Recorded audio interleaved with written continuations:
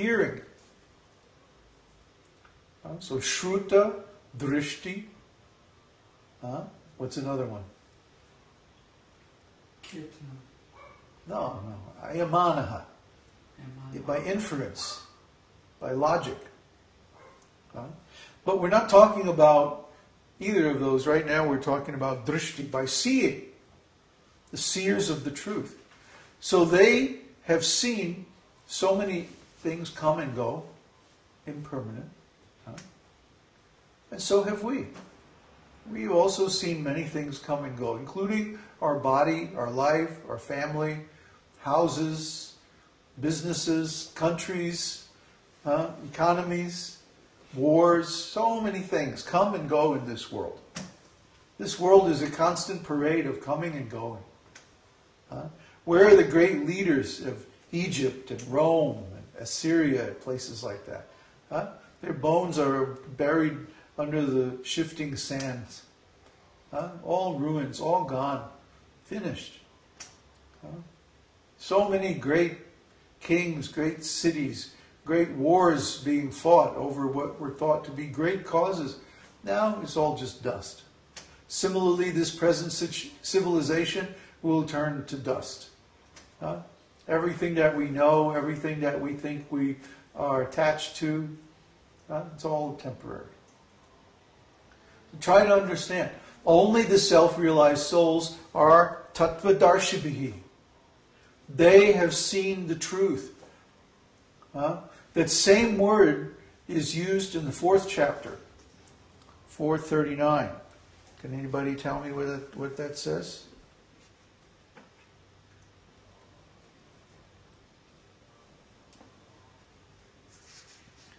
No, wait a minute. Maybe it's 429.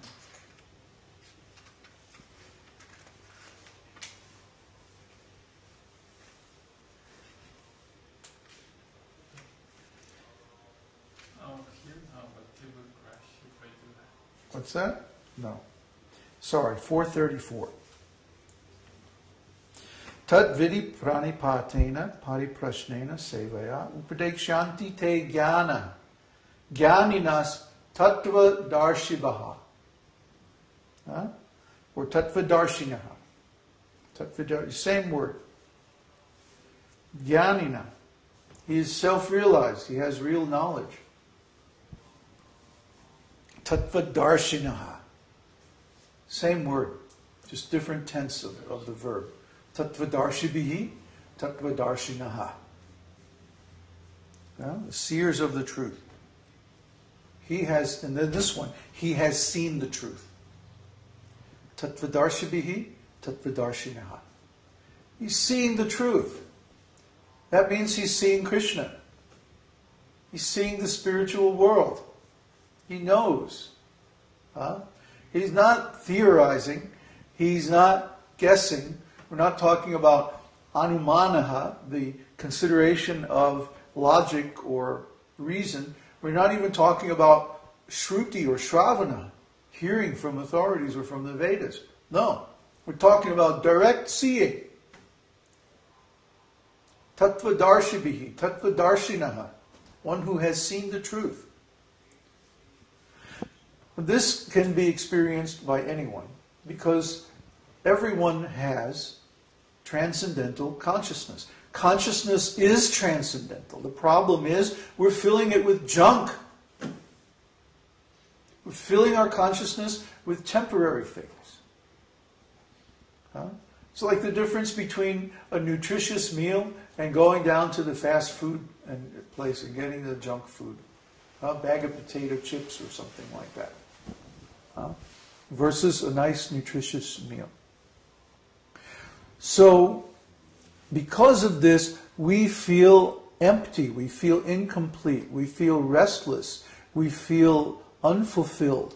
And then we go searching for fulfillment and completion in all the wrong places. We try to get another temporary thing and another temporary thing and another and another and another. But all of these things are going to disappoint us. Why? Because we are eternal. We are real. We have no beginning and no end.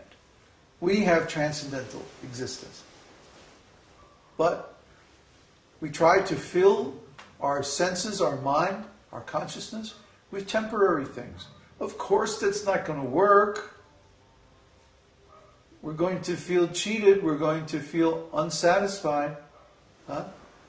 Because it's junk food. You cannot live on junk food. Huh? The Twinkie diet.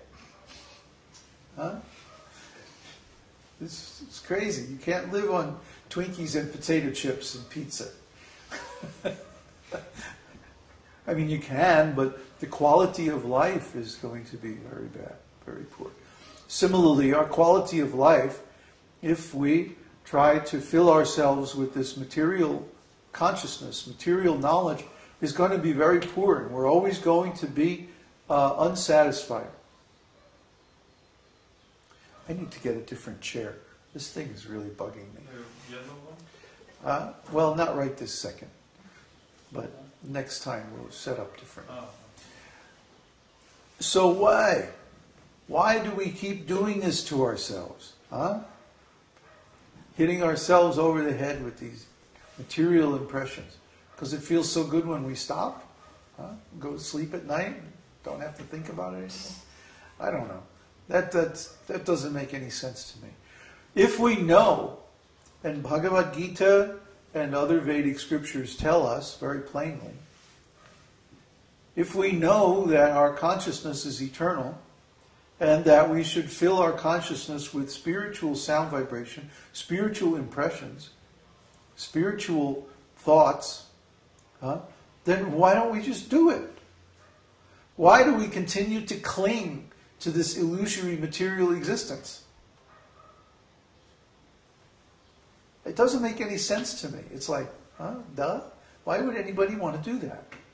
But we see, and it always amazes me when I see this, that people are still, even though they claim to have read and understood Bhagavad-gītā, still clinging to these temporary things like family, home, political positions, money, and so many things.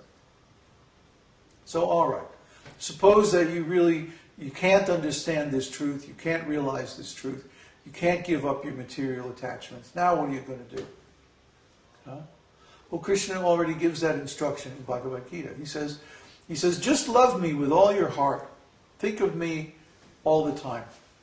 But if you can't do that, then follow the rules and regulations of devotional service. It means get up early in the morning and chant, offer your food to Kṛṣṇa, follow the regulative principles, no meat eating, no intoxication, no illicit sex, no gambling. Cultivate the positive side of those, which is cleanliness, mercy, austerity, and become sober.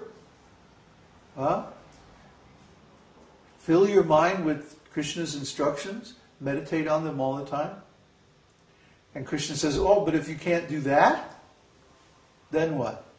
Work for me. Work for me. And he spends 2 whole chapters of the Bhagavad-gītā, chapter 3 and chapter 5, talking about how to work for him. So this is why we're freaking everybody out. Okay? We have gone from talking about the theory that, okay, you're an eternal living entity and your consciousness is actually transcendental and spiritual, and you should be filling it with all this nice spiritual sound and subject matters and so on. We've gone from that to now we're talking about the practical part of it. How to work for Kṛṣṇa. All right, everybody has to work. No exceptions. Even the Brahmanas, the great sages, they work by advising others and giving instructions according to the Vedas. So everyone is working somehow or other in this material world.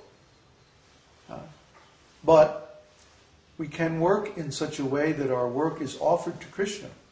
All of our work is offered to Kṛṣṇa. Then, even though we're performing so many activities in this material world, it does not entangle us. That is the secret. So instead of working for yourself, and you taking the benefits.